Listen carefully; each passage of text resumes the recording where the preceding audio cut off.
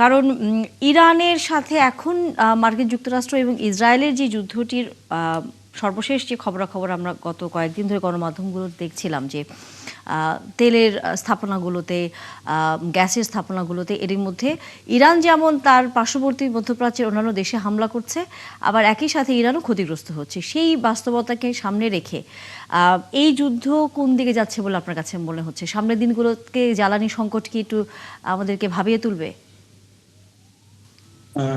অবশ্যই যদি সরাসরি বলা যায় সেটি হচ্ছে যে আমরা একটা জ্বালানি নিয়ে এসওএস কন্ডিশনে আছি, যেহেতু রেশনিং করতে হচ্ছে এবং নানা পরিস্থিতি বিদ্যমান। গত দুদিন বিশেষ করে এমন কিছু ঘটনা ঘটেছে যেটা ইরানের উপর চাপিয়ে দেওয়া যুদ্ধকে অনেকটা ডিসাইসিভ মোমেন্ট তৈরি করেছে। কিন্তু তার আগে আমি ঈদ সম্পর্কে, যুক্তরাজ্য সম্পর্কে 30 সেকেন্ডে একটা কথা বলে নেই।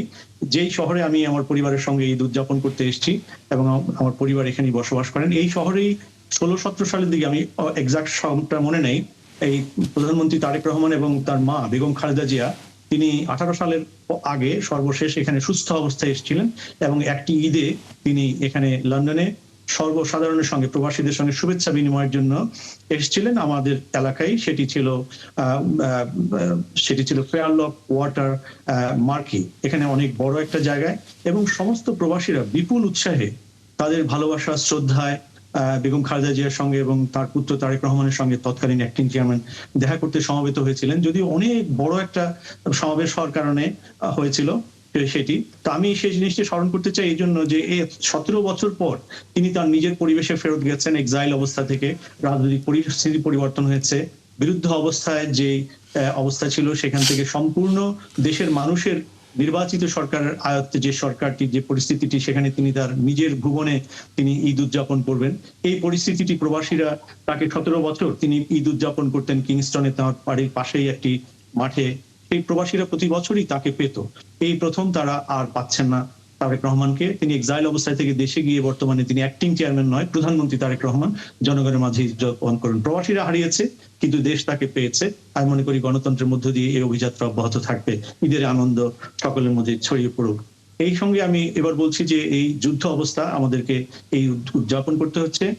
এই গত দুদিনে কয়েকটি বড় বড় ঘটনা ঘটেছে, যেটি ইরান যুদ্ধের ভয়াবহতাটাকে বিশ্বব্যাপী মানুষের মধ্যে একটা ভিন্ন আমেজ দিতে সক্ষম হয়েছে, এবং অনেকেই এই পরিস্থিতিকে ঈদের আনন্দের সঙ্গেও তুলনা করতে চান কিনা জানি না, কিন্তু তাদের মধ্যে সেই বারতা এসছে। কারণ যখন ডোনাল্ড ট্রাম্প, যিনি ইসরায়েলের চাপিয়ে দেওয়া যুদ্ধ ইরানের উপর, সেখানে তিনি যোগ দিয়েছেন, ইরানের মতো একটি দেশকে মোকাবেলা করতে গিয়ে ইসরায়েল এবং যুক্তরাষ্ট্র যখন যুদ্ধ করে, এটা একটা অসম যুদ্ধ।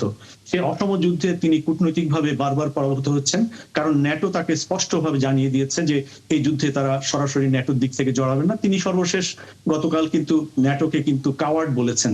তো যার ফলে যে বড় কূটনৈতিক বিপর্যয়ের মুখোমুখি ডোনাল্ড ট্রাম্প হচ্ছে, এটি মুসলিম দেশগুলোর জন্য এই ভয়াবহতা যুদ্ধের মধ্যেও তাদের মধ্যে একটা কমফোর্ট সিচুয়েশন তৈরি করছে হয়তো। এবং একই সঙ্গে যেহেতু গ্যাস ফিল্ডগুলোতে, জ্বালানি ফিল্ডগুলোতে হামলার ঘটনা ঘটছে, এটি কোনো বিচ্ছিন্ন ঘটনা নয়। কারণ ইসরায়েল যখন তার ইরানের বেসামরিক এলাকাগুলোতে বারবার হামলা করছে, প্রেসিডেন্ট গুলোকে অ্যাসাসিনেট করছে সরাসরি আঘাত করে, এবং প্রত্যেকটি নেতাকে সরাসরি অ্যাসাসিনেশনের অর্ডার দিয়ে বিশ্ব মানবতার যে ইন্টারন্যাশনাল যে রুলস রেগুলেশন সবকিছুকে একেবারে তোয়াক্কার বাইরে নিয়ে বিশ্ব সভ্যতাকে উল্টো দিকে হাঁটাতে শুরু করেছে।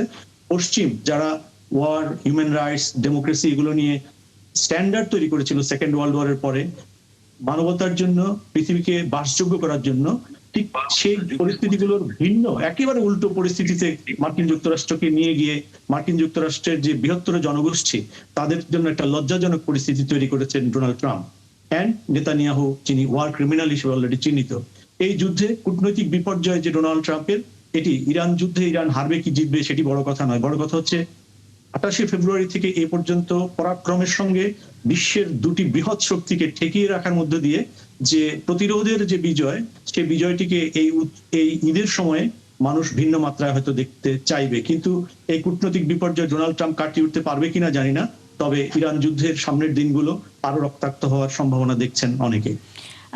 সেটি যদি হয় তাহলে সামনের দিনগুলোতে আমাদের সাথে যেহেতু আছেন নিরাপত্তা এবং পলিসি বিশ্লেষক মেজর অবসরপ্রাপ্ত মোহাম্মদ আশরাফুজ্জামান, তাহলে সামনের দিনগুলোতে জ্বালানির পাশাপাশি আমরা বা এক ধরনের আলোচনাও গত কয়েকদিন ধরে করছিলাম যে যখন জ্বালানি সংকটটি সামনের দিকে যদি তীব্র হয় তখন আমাদের মতো দেশে, বিশেষ করে আমরা জানি সামনে আমাদের হচ্ছে এক ধরনের সেচের একটা বিষয় থাকে, বোরো মৌসুম থেকে শুরু করে এই বিষয়গুলোর পাশাপাশি যখন মুসলিম কোনো দেশের ওপর আক্রমণ হয় তখন এক ধরনের উগ্রবাদিতাও অনেক সময় আমরা লক্ষ্য করি। অনেকে হঠাৎ করে খুবই সেই বিষয়ে আগ্রহী হয়ে ওঠেন, নিজেদের এক ধরনের অবস্থান তৈরি করার চেষ্টা করেন।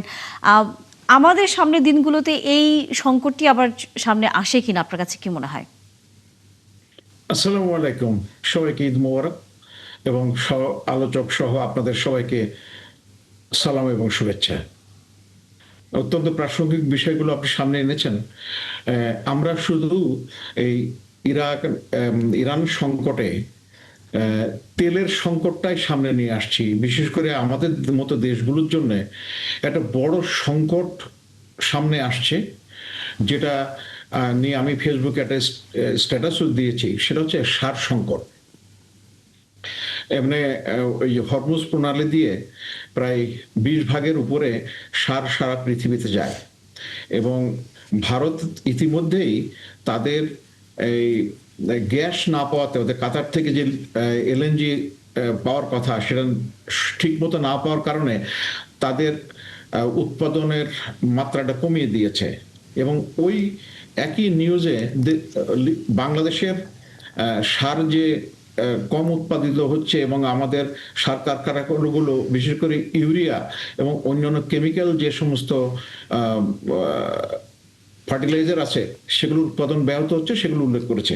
সুতরাং এইটা আমাদেরকে দারুণভাবে ক্ষতিগ্রস্ত করবে এবং সারের দাম অলরেডি আন্তর্জাতিক বাজারে বেড়ে গেছে, যেমন করে তেলের দাম বেড়ে গেছে।